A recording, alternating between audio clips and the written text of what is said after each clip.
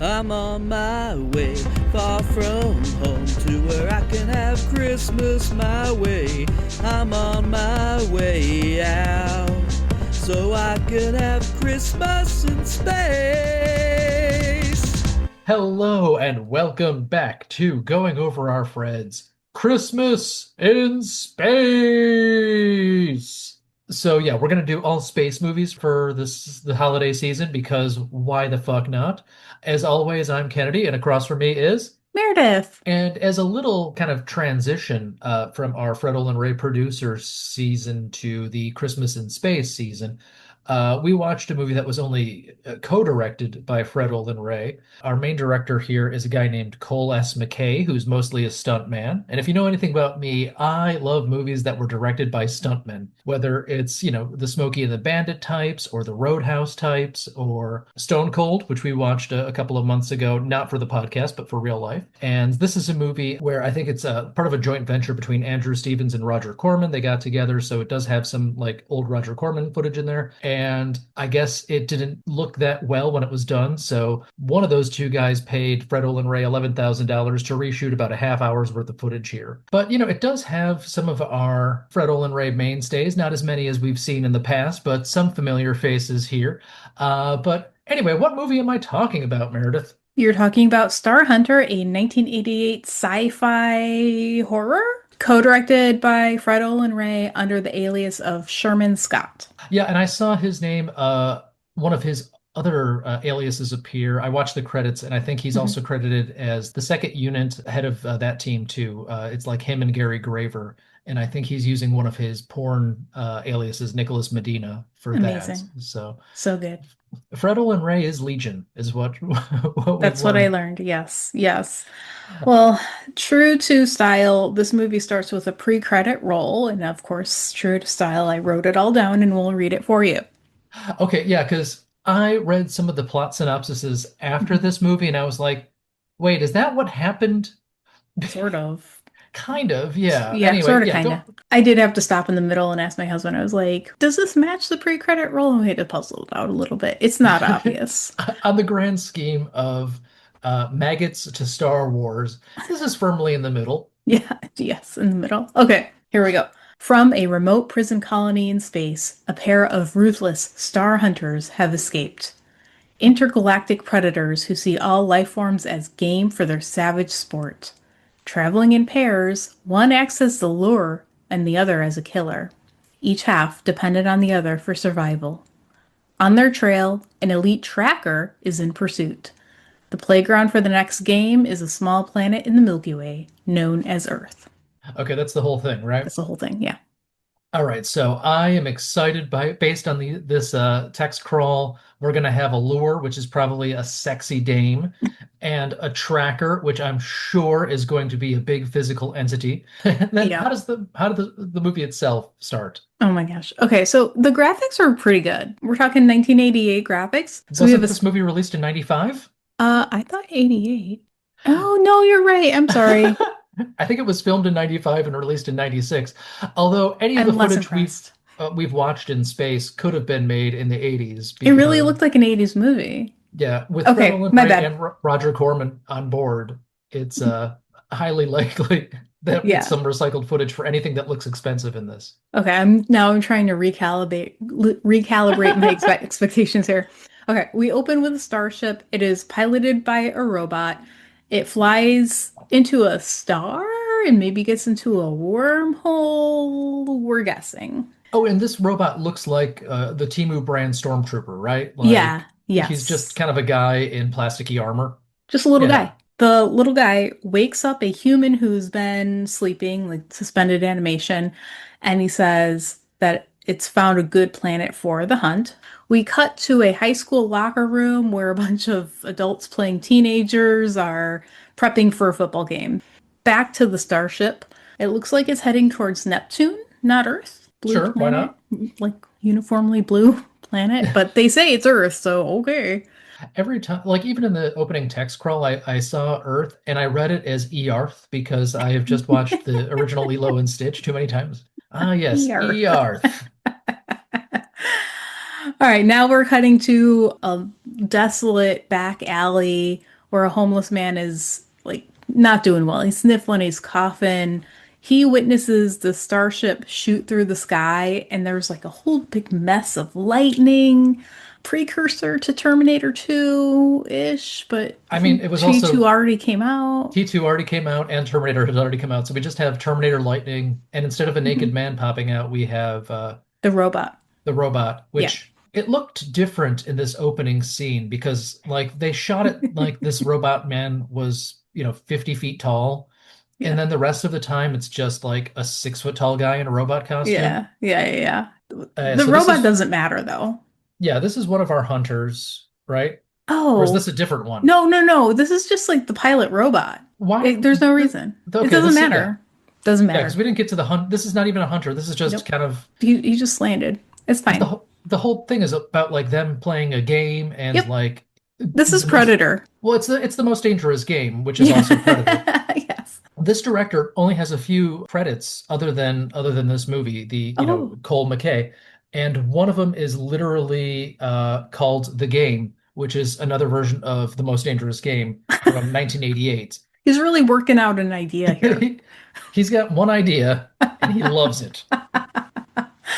All right, back to the footballers. They're in a like short school bus, and the idea there is that the regular school bus was chock full of the rest of the team and cheerleaders. So this is the overflow bus. So we've got 5 students and the vice principal who is driving. What? I thought she was just a bus driver. That's the vice Nope, principal? vice principal, Miss Marsh. Yep. Miss Marsh. And Miss Hmm. Marsh, we just saw. This is Oh, the return of Andrew Stevens' mom, Stella Stevens.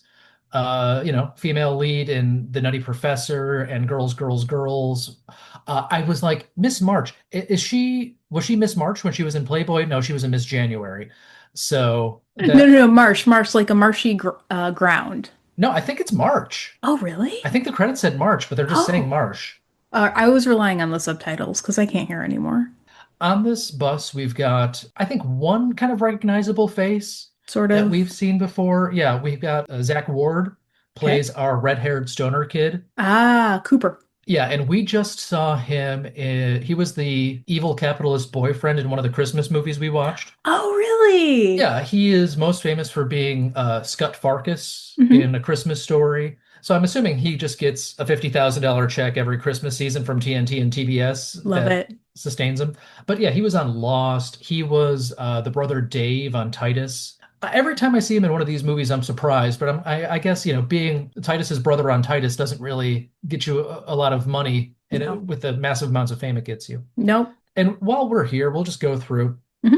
So we've got all these guys are in their late 20s at best playing high schoolers. That's correct. They have receding hairlines. So we've got Pickle, what the fuck's that guy's name? Never Like, caught it. yeah, he's like the nice guy. And Okay. that's played by a guy named Ken Scott. I think his real name is like Ken Traum or something like that. Ken with 2 N's. That's the most distinctive thing about him. And his main claim to fame is that he was the in-suit Raphael in Teenage Mutant Ninja Turtles 2: Secret of Ooh, the Ooze.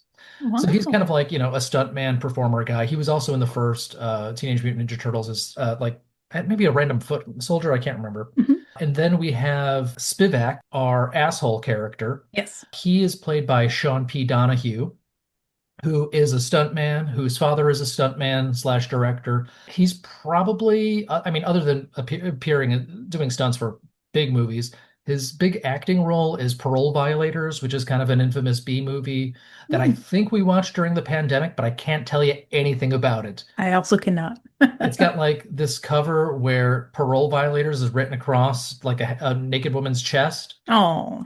It's a pretty gross movie. And then we have Rebecca Budig is Carrie, and she is like a soap opera mainstay. Like Oh. Yeah, she she was a good actress. yeah, so she was on General Hospital for 7 years. She was on All My Children for like 15 years. She was on The Bold and the Beautiful. I think she's still on The Bold and the Beautiful. Nice.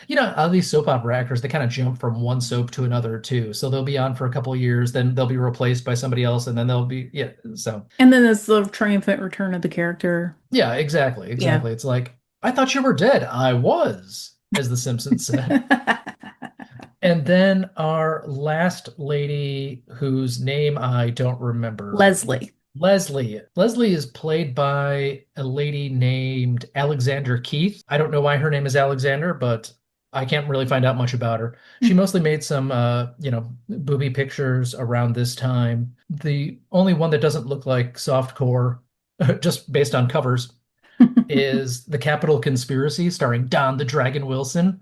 So, direct to video schlock. Okay. So I think Fair. that's everybody on the bus. So we've got Yes. we've got our nice guy, our asshole guy, our stoner guy, Yes. our lady, and our other lady. 3 women. Oh, and the bus driver. Yes, exactly. Evenly matched. Yeah, so yeah, look at Okay. that. Evenly, perfectly evenly matched. Yeah. Okay. Now we skip the game. So it's later in the evening. They're on their way home from the game. They lost the football game. Everyone's kind of dejected about it. The driver is also lost. But they're also like, we're all the second stringers. We don't get to ride the main bus. Yeah, just they're have- sad about the whole situation. They're They being have a just separate short bus for 2 cheerleaders and 3 of the 3 second players. stringers. Yeah, exactly. I don't understand this, but okay. Well, the main bus was full. Oh, clearly, yeah. It's not like this movie had a budget for like a whole bus full of teenage characters to die. What are you gonna do? Have a bunch of exciting action scenes where people die? No, cannot do that. Too much money. So they're lost in a bad neighborhood in LA or near LA, and they pass the robot on the road. They take no notice, but shortly thereafter, the bus dies, and our stoner guy, Cooper, his headphones die. So it's just, I don't know, maybe an EMP. It's one of those magical electronic things that stops gas engines and battery power. We're just go with it. All the streetlights are still on. Yeah, we're just going with it. We're going with it. It's very specific abilities. All right, now we cut to another starship that's arriving in the local galaxy. This guy is the elite tracker. Okay, and he looks like straight out of the Matrix 2. He looks like one of the blonde twins. Okay, so if you can't find a picture of this online, picture somebody with Klingon forehead wrinkles, Yeah. Vulcan ears, Mhm. a Hulk Hogan skullet, and sunglasses. Now picture the man behind all that makeup is Fred Olin Ray. Oh my god. And you have the sure we had this of all aliens. I had no idea that was Fred Olin Ray. Well, that's because you only see the bottom half of his jaw. Everything Right. else is covered up with makeup or nonsense. Like, Yeah. let's Yeah, give me totally. every alien affectation we have and just throw it on my face. That's so funny. All right, so he's on his way. It's like identified Earth that they're going in. Now we're back to Miss March and the high schoolers. They have left the bus and are now walking through the bad area. At some point, one of the kids, maybe they're still on the bus, but one of the kids is like, Miss March, I think we're in the hood. Yeah, that was like cringe, super cringe. But since we're in the hood, how many black characters are in this movie? Precisely 0. Okay, just a bunch of whites. That's hard to tell Very them white. apart from each other. Yes, yeah. Well, I couldn't even catch all their names. Anyway, Yeah, there's this one that looks 30 and this one that looks 29. Yeah, Like that's that's what our exactly teen right. kids are. so Cooper disappears because he's like hanging back to smoke a joint.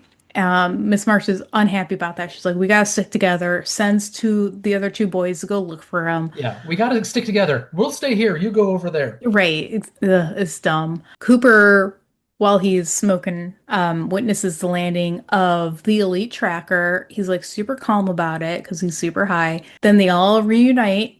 They like Cooper, the 2 scouts who are looking for him, the girls and the woman. They all reunite. Cooper's like, "Hey, I saw this weird thing," and they don't believe him, obviously. Okay, but you're missing the important part where the Yeah. weird hologram of the tracker touches Cooper in the head. And Oh yeah. Oh, is this the point where he like enters Cooper? yeah, not sexually, like Meredith was implying, but like yeah, after this, Cooper acts kind of like very like almost like what's his name? Monk in Galaxy Quest, where you can't tell if he's high all the time or Tony possessed by an Shalhoub. alien. I was trying to remember the character's name from Galaxy Quest. Oh, who knows? Tech Sergeant Chen, because he's like vaguely in yellowface in one of probably the original draft of the movie, and they're just like, no, we're not going to do that. Yeah. No, Tony Shalhoub is a gem. He is. He's like 70 now. Oh, It happens to the best of us, Mary. I want him to live a long time He might still. and make lots more fun things to watch. We still need that Monk Psych crossover. Maybe we've gotten that. I don't even know. I don't know. Monk is not something that I enjoyed.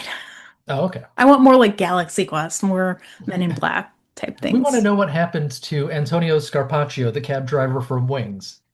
Yes, yes, we do. All right. Now we're looking at so Cooper is now Alien Coop. Yeah. The group is looking for a payphone. Obviously, they need to call for help because it's the 90s and they don't have cell phones. They do find a payphone. It does not work, but they find lights on in a nearby building. So they like enter. They're like, "Hello, hello, is anybody there?" They find this guy named Riker, Riker, but not spelled like you think it not is. spelled like you think it is. You are presenting a badass alien hunter. Mm-hmm. He's like a hunter for sport. Yes, What actor do you cast in that role? a gentle old man. Do you know who this actor is or no? No, I mean he had the big sunglasses on the whole time. This is Roddy McDowell, former child star of How Green Was My Valley by John Ford, Lassie Come Home. Really? He ended up being the de facto star of the original Planet of the Apes movies because he was in more of them than anybody else. He ended up playing his own son in the series. He was one of the doctors in the original, and then he was Caesar in the like last bunch of movies. But like, yeah, he's a little Irish actor who talks like this. I'm Roddy McDowell, and I am here to say that ape should not kill ape.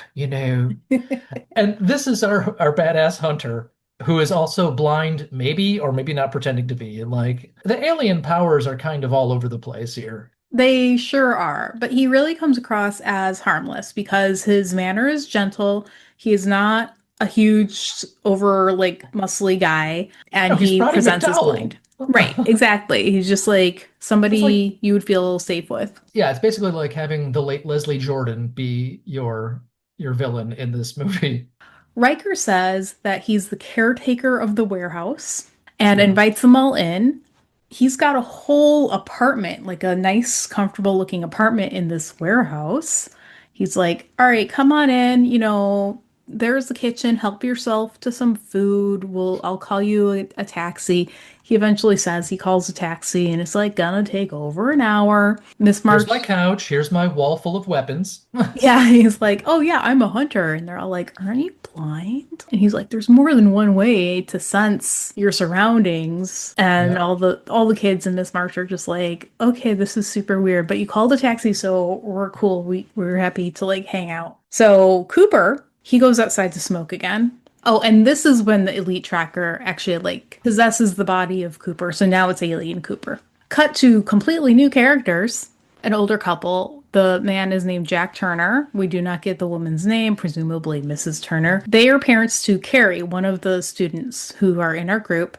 She's a cheerleader. So they Yeah. start making some calls. They're like, they want to find their daughter. She's very, very late. They call the Yeah. LAPD. We get some attempted comedy by the officers who don't want to answer the phone. Yeah, they're like, "Whoa, it's your turn." No, it's my. Yeah, like they had watched Mhm. an episode of Homicide and they're like, "Oh, this is how cops are. Let's put that in." Right, exactly. Because 911 goes directly to detectives and not to dispatch. Okay, Yeah. great. But so yeah, we introduced four new characters. Mhm. We've got the dad who is Hulk Hobble, who's returning once Yep. again. We can't go three movies without seeing Hulk Hobble here. Mhm. And then Mrs. Turner, I think she's probably just like a hanger-on of this whole sphere of people. She has done like costumes and wardrobe department, and she had like a small part in like Attack of the 60-Foot Centerfold, and was the woman with the bug spray in Bikini Drive-In that we watched Oh, a yeah, while yeah, ago. yeah. Mhm. And then, we've got our cop, our head cop, plainclothes guy is John Taylor, who I don't think we've seen before, but he's like a character actor he was in like an episode of Hardcastle and McCormick and some nonsense like that. Mhm. But then the big all-star, our uniformed cop, Ted Monty is back. How am I to remember Ted Monty?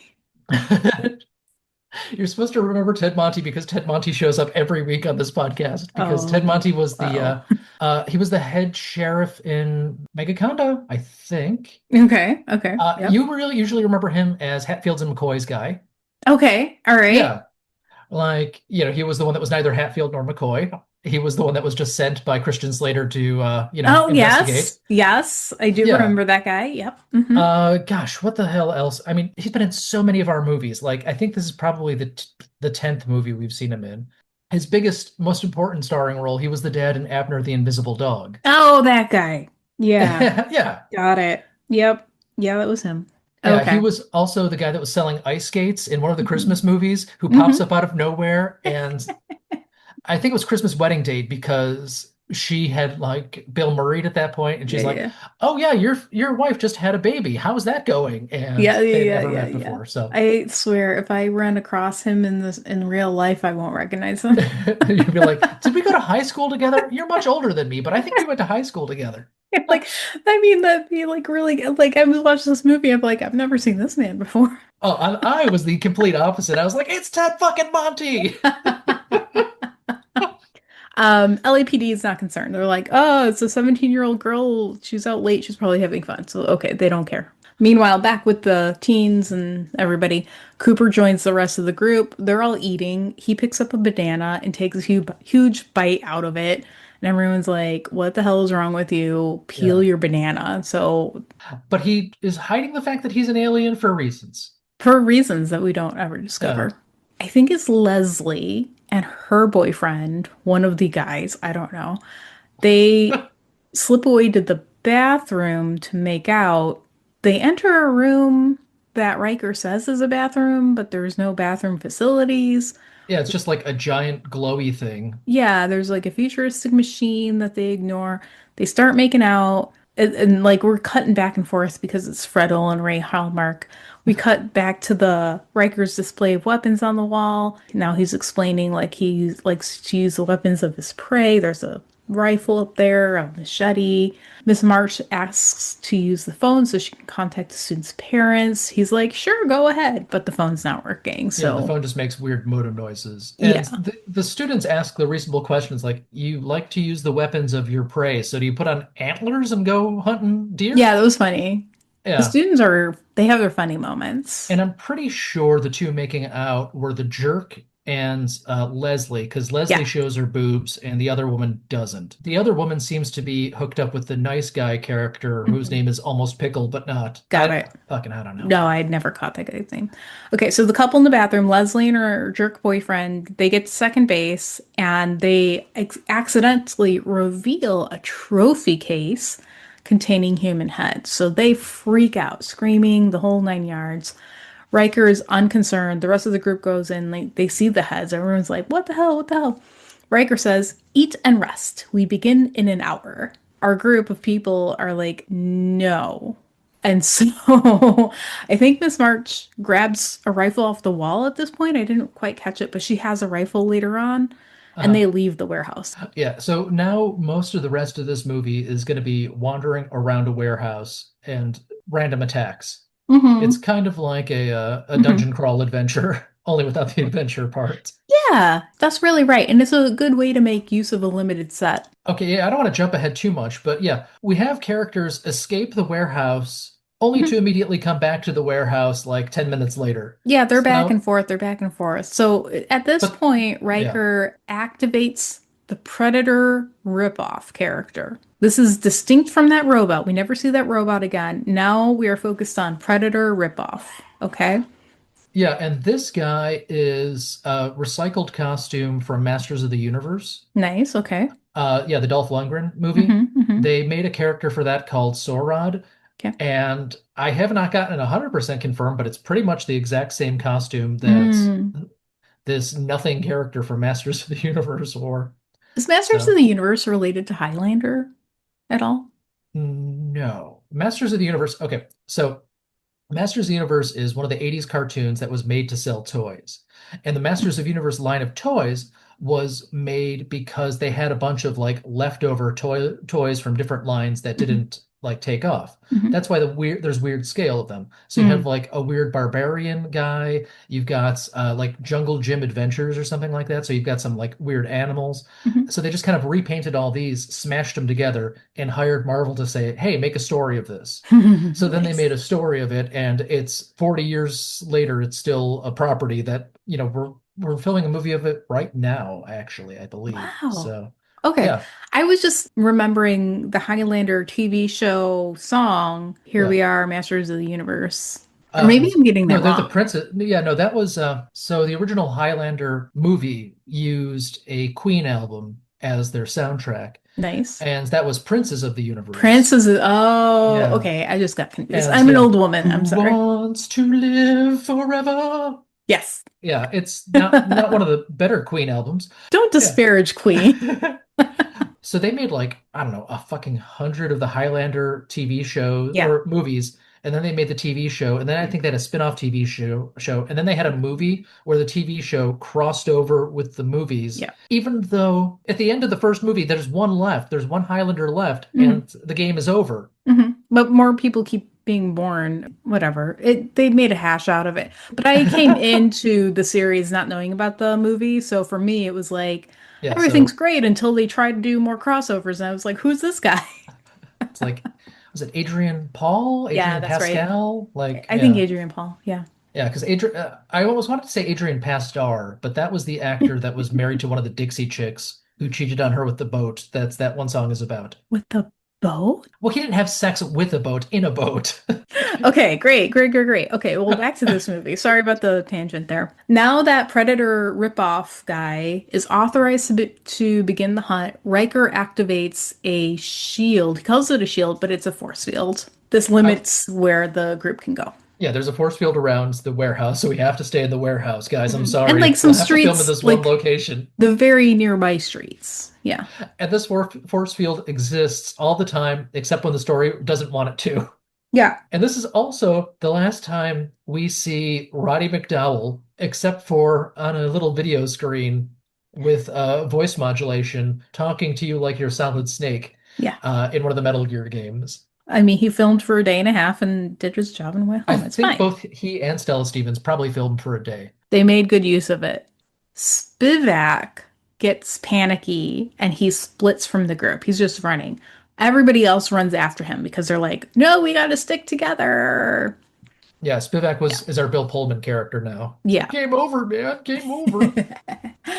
So Predator ripoff locates Spivak and starts hunting. So he's got a little camera readout we get to see occasionally, or like a digital readout, I should say. Spivak runs right into the force field, and the rest of the group catches up. They get to surmise like what's going on. Alien Coop goes full alien and informs them that it's a force field.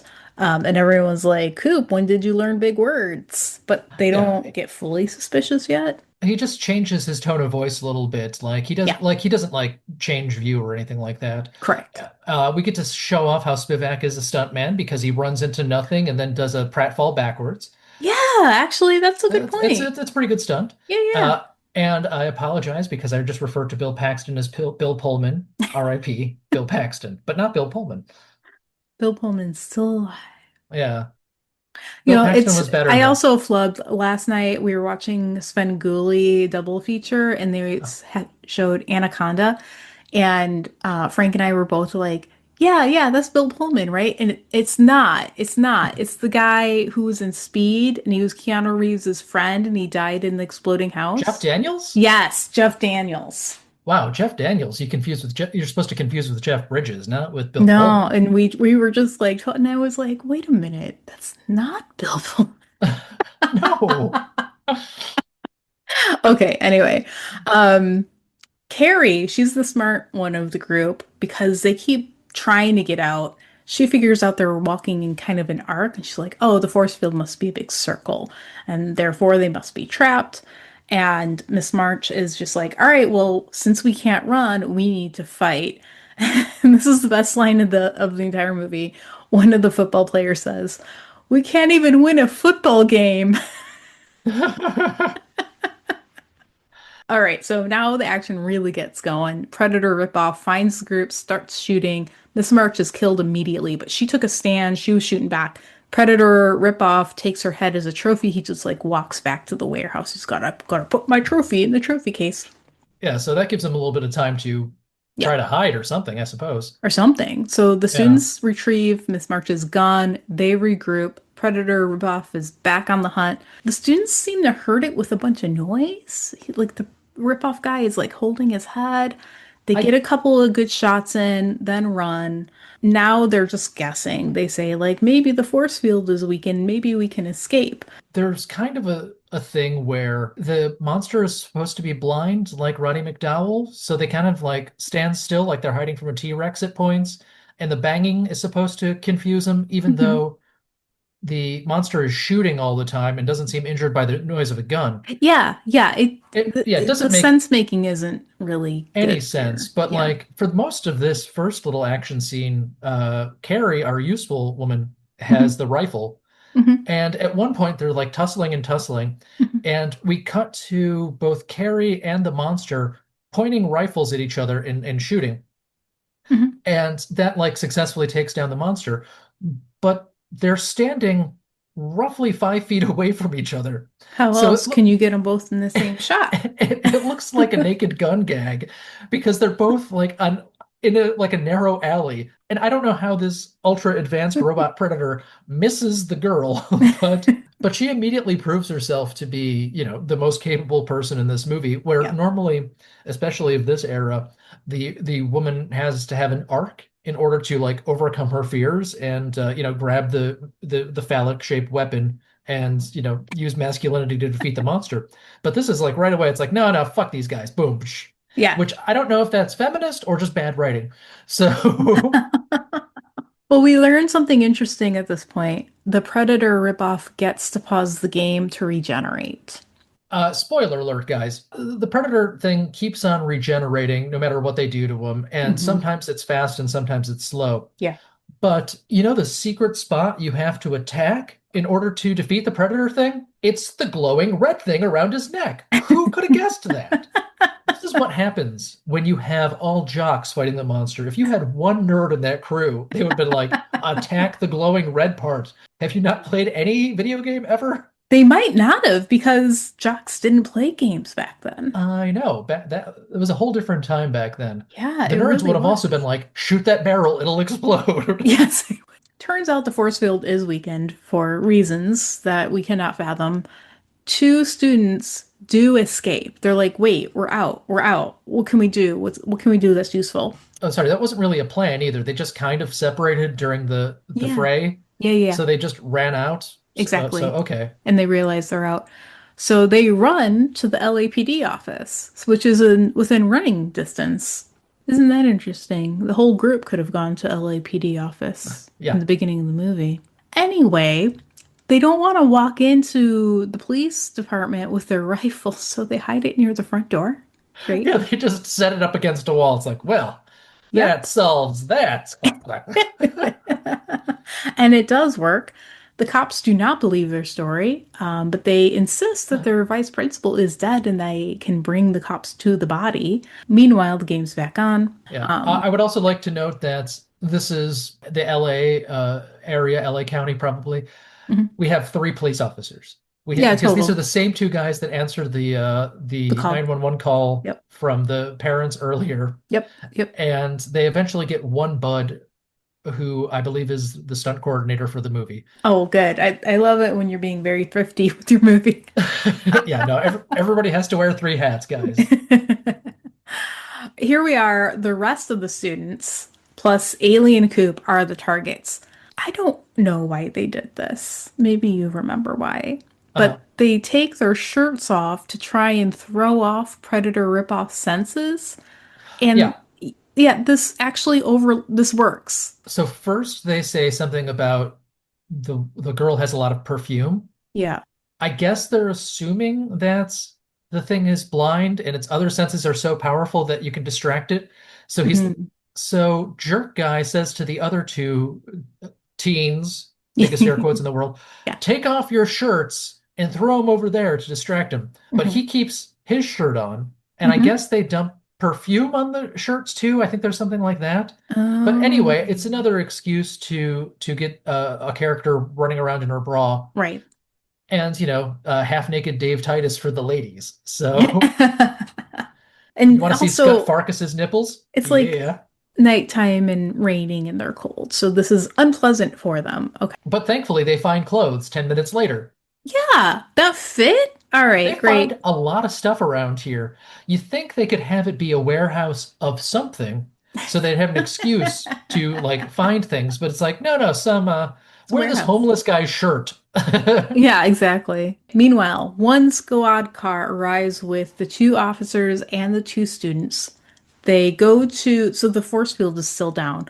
They go to where Miss March's body was, but the body is gone, so this really reduces the students' credibility.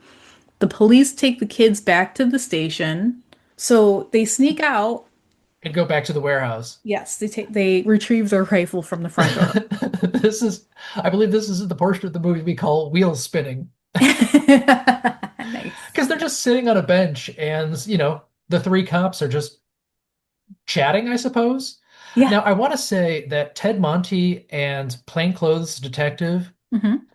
seem like they have a lot of sexual tension between them this entire movie.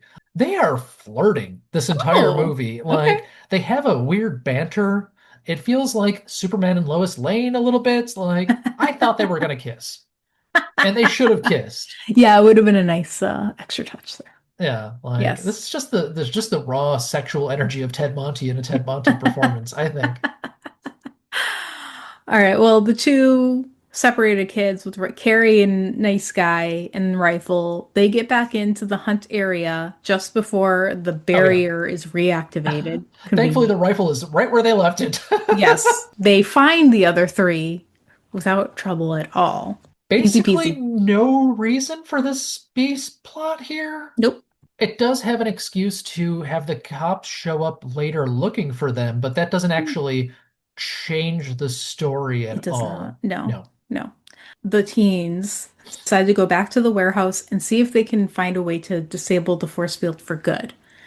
They were surmising that the glowy machine they saw before might be the origin in the powerhouse. So they go Hmm. back to Roddy McDowell's apartment and Hmm. his bathroom with the giant glowy thing. Yes, and the trophies. So, but they're worried that Roddy McDowell is there waiting for them, right? They No, just walk right they in. just kind of wander back into this guy's apartment. As you do when you're a teenager and just awkward. Yeah. They could have attempted to build tension at some point in this movie. Oh, but you know what? After watching Plan 9 from Outer Space, I was like, this is good. I like this. We're moving. Things are happening. Future Great. events like this might affect me in the future, where I'll live the rest of my life. All right. Well, meanwhile, while they're there, they grab a bunch more weapons from the wall, from Raker's wall. Yeah. Okay. They do smash the machine in the bathroom, causes a bunch of chaos. Then But they they run give us away. a ticking clock now because the Mm, battery's gonna stop working in 17 kilars. What do they I say? think Keeler's, yeah. Near as I can tell, a kilar is supposed to be like half an hour. The There's no entire real movie, well, it's not the entire movie, the entire hunt took 19 kilars because they mentioned that at the end. 19 kilars. Okay, so like 10 hours. Yeah. At one point towards we're like 45 minutes into the movie, Hmm. and one of Hmm. the kids says, I can't believe just 6 hours ago we our bus broke down. And I was like, Yeah. It's felt like about 30 minutes. What the fuck are you talking about?" Yeah. Yeah. I mean, they tell us what time it is. It's just like, all right. If you Sure. say so. Okay. So LAPD, three officers now return to the site. They're angry because the kids snuck out of the police station. Yeah, and the main plainclothes guy keeps on yelling like, "Oh, we got to get them and we'll arrest them." Hmm. And Ted Monty says something like, "They're just kids. First, we got to catch them." Hmm. Like Hmm. two different, like it's like two different characters had lines there, and they just gave them both to Ted Monty Yeah. because those are unrelated thoughts. Yeah. Well, CTE or whatever. Probably. Yeah. He was just distracted because none of the blood was in his brain because he was so attracted to plainclothes Right. guy. Yes. Oh, yeah. That's what happens when you're newly in love. You just can't think anymore. Yeah, yeah. Totally. Yeah. Yeah. That I like this. Okay. Now, and Yep. so they show up there, The and Predator ripoff finds them immediately. well, and there's no force field between the Predator guys and the police anymore. That's true. Yes. They just I don't know if they had gone through the force field or if the Predator guy was watching for them Uh-huh. or Uh-huh. There's Uh-huh. really no reason, but Uh-huh. it's immediately a shootout. Well, the kids did smash the glowy thing, so maybe that actually worked. Maybe? Anyway, they're in. Because They're in well, yeah, the zone. because when the kids sneak back into the warehouse area after Yeah. escaping the cops, Yeah. the force field goes back up immediately Hmm. after they get in Yeah, for yeah. some reason. Yeah, for reasons, yeah. And that's before they smash the battery. Yeah. Yeah, so it's really just so the plot can happen. All Uh-huh. right. But okay, so there's an immediate shootout, right? The police have pistols, Yeah. and the Predator ripoff has a rocket launcher, so it ends pretty quickly. Yeah, so our two lovers die like Romeo and Juliet, and our unnamed policeman slash head stuntman Yeah. eats a rocket launcher and does a body burn for some reason. Yeah. Always increases production value. You light somebody on fire, it's not that much money, and it makes your movie look so much better. I thought it must have been the most expensive part of the movie. If you love watching people on fire, might I recommend everyone stop this podcast and listen to or watch Maniac Cop 2 right now, where I swear 5 people must catch on fire in the course of that movie, and it is Wow. always way longer than feels safe. Oh no. And they're like jumping out of buildings while on fire. It is the best. Oh my God. And you don't have to watch Maniac Cop 1 to watch Maniac Cop 2 because they start Maniac Cop 2 with the end of Maniac Cop 1. They kill off Bruce Campbell, who was the lead of Maniac Cop 1. Oh So no. you That's didn't so want to do rude. the movie. Oh my gosh. Okay. Back to the movie. The Predator ripoff catches up to the students in the warehouse. Another shootout. He kills Leslie, but he's also wounded. The remaining 4 students flee, and the Predator ripoff regenerates quickly and captures Leslie's head as a trophy. Now that the force field is down, the students decide to run back to the van, but it's still broken down. I don't know why they thought that might have changed. Carrie has a bright idea that there's gas in the van, so they can make weapons with the gas, which is true. So is the van inside the force field? Well, okay, Can't they but just walk to the police station? Well, so all of them? at this point, they say the barrier is down. They go to the like short bus, and then they go to check the barrier, and it's up. So I don't know really what's going on. I really don't know where the barrier is because I would have thought it would have Right. kept them from the van. Yeah, because they've been walking quite a bit. They were quite a bit a ways from their van. So they make some Molotov cocktails because bottles are everywhere, apparently, and Yeah. rags are everywhere. So they then evaluate a nearby alley and try to strategize how to attack the Predator ripoff using the high ground, blah, blah, blah. Alien Coop starts being really helpful here. He says that foil will confuse the Predator ripoff's navigation. So why he didn't say fuck all before, I don't know. But here he is being But now he's helpful. trying to be helpful Yes. because alien. Yes. And naturally, they're just going to be able to find some foil. And they attach the foil to some string like Like, banners, like bunting or yeah, whatever, and they like string it up. clotheslines, yeah. Yeah, yeah, that's a good idea. Yeah. There's just like random pieces of foil hanging like laundry on clotheslines. Very And crafty. it works? Question mark. It works. The Predator is confused, but not for long. Yeah, well, he goes and he has to kill Spivak. Mhm. And then Carrie, our remaining girl, Yep. runs up the stairs, then trips over the trip line that her friend set up and Yep. falls off the side of the building. And it's just hilarious, right? It Like, is inconceivable, but it happened. yeah, but she's able to hold on. Yes, the And they boys pull pull her they back pull her up. back up. Yeah, yep. The Predator is hot on her trail. They don't really have a lot of time after pulling her back up to like prepare. And then they're like, oh, who has the lighter? Spivak had the lighter. Spivak's dead. He's not anywhere near them now. Since the Predator ripoff is currently being thwarted by the foil array, it's shooting wildly and manages to set off one of the Molotov cocktails with a wild bullet. I thought that Carrie shot him and lit the thing on fire. Maybe she did. A lot But was either happening. way, It wasn't super clear. fire probably doesn't start from a bullet anyway. It So needs heat. yeah, you need like an incendiary round. Like you need like oh God, what do you call those things? Like, but anyway, we get another Anyway, burn there's suit out fire of it. now. Yeah, and he trips over the same tripwire that Carrie just Correct. tripped over Hmm. and falls down while on fire, which is always great to see. And then there's a big explosion. There's a big explosion, and these 3 fucking idiots stick their heads over the side to watch the explosion. Yeah. They should have just died there. I would cut to credits. So Carrie doesn't trust that the Predator ripoff is dead, and good thing because she is correct. It is Uh-huh. not dead. So she says, I'm going to chop that thing to pieces. And she's got an axe from Riker's weapon wall. So she attempts to chop the thing to pieces, but its armor will not allow that. And it starts glowing kind of red. And they're like, oh no, it's regenerating. And they run away. They don't Yeah. really try very hard to chop it No. up, and No, no. Well, you at don't this want to hurt the point, actor. well, yeah, or the suit because we borrowed it from the Masters of the Universe set. We never know. Right. Skeletor said he'd be back. They might make another one. So now Carrie's like, maybe if we stand still, we'll confuse the Predator ripoff. Alien Coop goes full alien at this point. He's like, no, Yeah. do not do that. It has heat-seeking sensors and will find you. And then Alien Coop further reveals that its own goal is to terminate the Predator ripoff, like at any cost, but that all of the weed in Alien Coop's body has prevented it from operating at full capacity. I don't know if that's a good thing or a bad thing for weed. It's funny. But then, Yeah. okay, the next line, this confused the hell out of me. The other football guy asks, how do we kill this thing? Alien Coop says, there is no way. But Alien Coop needs to terminate it, but there's no way to kill it. So what are we doing here? What's happening? But but don't worry because as the monster comes back to them, Alien Coop whispers into Nice Guy's ear, "Oh, yeah, you could just destroy the amulet." It's like I don't know if we were supposed to be able to hear him whisper that, like, or No, if it I was thought like it supposed to was be going to be like a revealed after, but no, but yeah, we can totally hear him just say that, I believe. And oh, it's I couldn't. It I wasn't on the subtitles. yeah, no, for well for you it was a lost in translation ending. So Yes, yes, it totally was. Predator catches up and shoots Alien Coop. He is shot. He is down. The final two run to the roof. It's raining hard, but they both have guns now and they're shooting and they wound the Predator.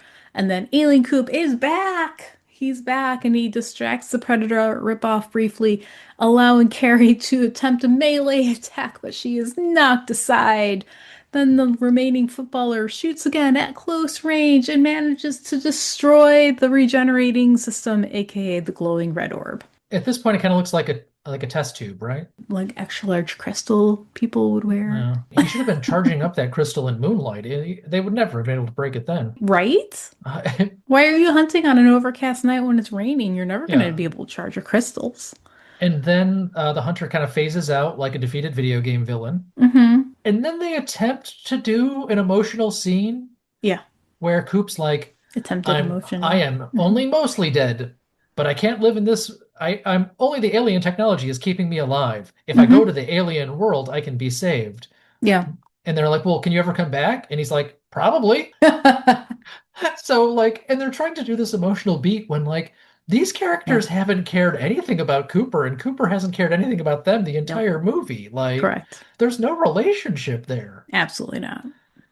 And Carrie like Ah. hugs him goodbye. And you're like, okay, you've never touched that man before in your life, but whatever. So Alien Coop gets beamed away, Star Trek style, and the remaining footballer picks up the Predator rip-offs like tricorder, and Riker shows up on the screen. He says like it took 19 kilometers of time and that the game is over. So game over, man. Game over. If the tracker aliens could beam people away at any point, why didn't they just beam the monster away? Who knows? I mean, And where's Roddy McDowell? yeah. I guess that's set up for the sequel, Star Hunter 2. Was there a Star Hunter too? I can't imagine. IMDb currently has 395 people have rated this movie. Mm-hmm. So that is not a lot. No, Not a lot of people. no. After last season and after the movies I showed for my movie night on Friday night, Hmm. this kind of felt like a nice warm bath, you know? Yes, It's things this happened. kind of. Okay, well, I have to say, I made Meredith watch Science Crazed with me a couple of days ago. It was the worst movie I've ever seen. It's the worst thing anybody's ever seen, and I kind of love it. Yeah. The best. So this movie has a scene where two women who have not been introduced in this movie Yeah. are doing aerobics and then eventually strength training. And in between them doing this, it cuts to the monster's feet walking down a hallway, back and forth, back and forth. Now, how long could you possibly keep this up in a movie that is 75 minutes long? Well, the answer might surprise you. It is 10 and a half minutes. Yes, 10 and it is 1/6 of the movie is two ladies exercising that's right. and feet. And it's not even like sexy exercising. It's just like random aerobics by Mhm. these like two women. Yep. It's the greatest movie of all time.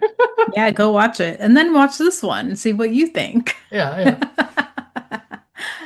All right, is it time to rate this movie? Yeah, let's do this thing. All right. Let's start with sense making because I think that's pretty low. So I kept on reading the synopses of this movie from, various websites afterwards, and it says two alien hunters escape, and I'm like, wait, there's two Right. alien? Yeah. Yeah. It's just The like, the lure and the hunter. So Riker was the lure. yeah, Yeah. then I had to go back and it's like, oh yeah, I guess they said that with in Hmm.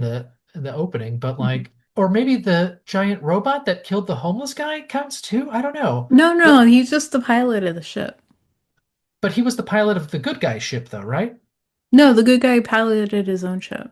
So Yeah. even now, Hmm. Hmm. it's Roddy McDowell and his pet robot Yeah. try to do the most dangerous game. Yeah. And instead of game meaning, quarry, game also means video game here Yeah. too. True. So three, because at least like the I story think doesn't make that's sense. generous. I think you're Yeah. giving it a generous three because of what we watched last Okay, so on Friday. here's my explanation though, is the characters themselves are trying to make sense of a situation that doesn't make sense. Yeah.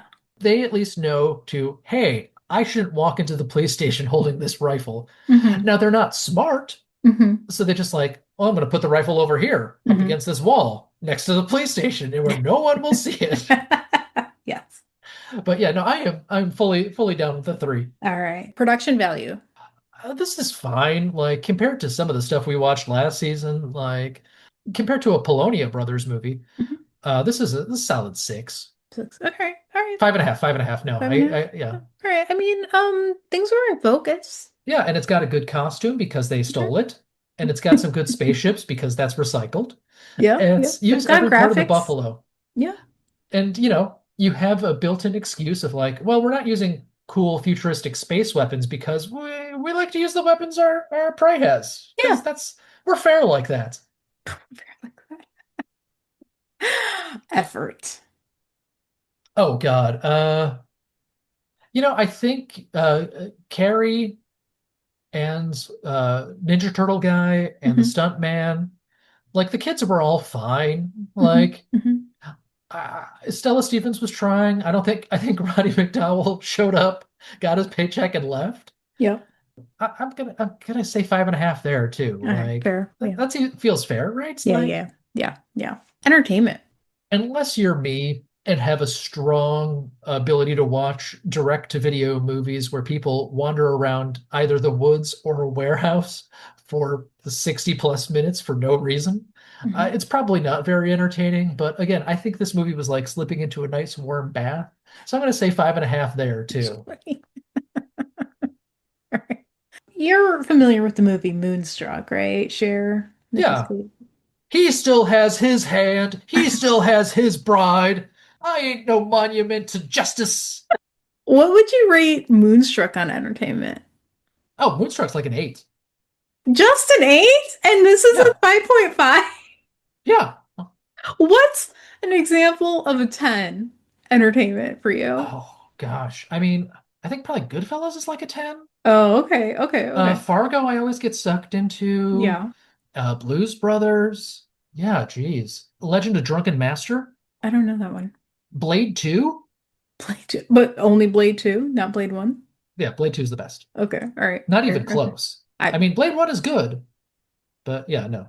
It's been over 20 years since I've seen those movies, so I have no opinion. Well, yeah. All Don't watch right. Blade 3.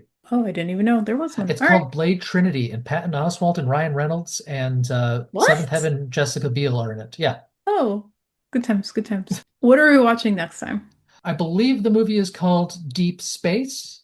I Ooh. think that one might actually be more in space. And by in space, I mean they decorate their warehouse to look like a ship. Ooh. And it should be if I remember correctly, it is like an Alien ripoff done like 15 years after Alien and probably with some more titties.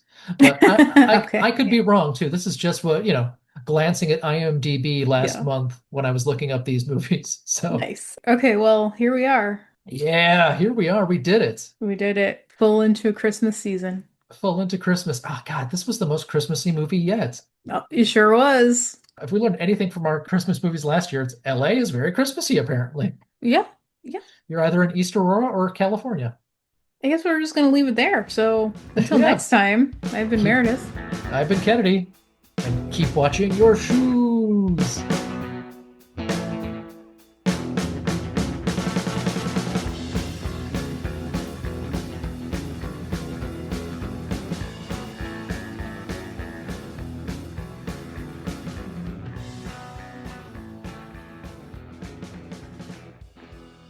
Like, there is so little information online about this movie. This is such a nothing movie. But But we watched it. but we watched it because we're heroes. Yeah, that's right. Like, Going Over Our Freds was created and produced by us, Michael Kennedy and Meredith Halsey. our theme was composed and performed by Justin Nozick. Find more music for him at Bandcamp. Search for The Plague Physicians. Artwork by Michael Kennedy.